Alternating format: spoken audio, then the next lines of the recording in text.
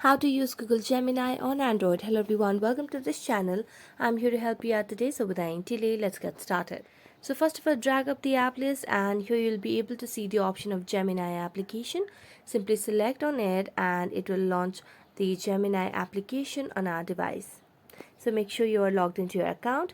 So what you can simply do over here is you can simply ask any questions to the Google Gemini application. So let's ask a simple question.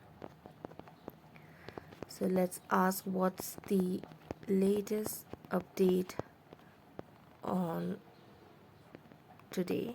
So let's just be general, and as we ask it, it will just take a few seconds. It will start searching in Google and it will give us the news right over here, just like this.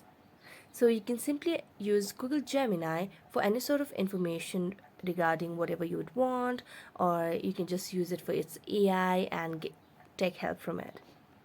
So that's it. Thank you so much for watching this video and see you next time.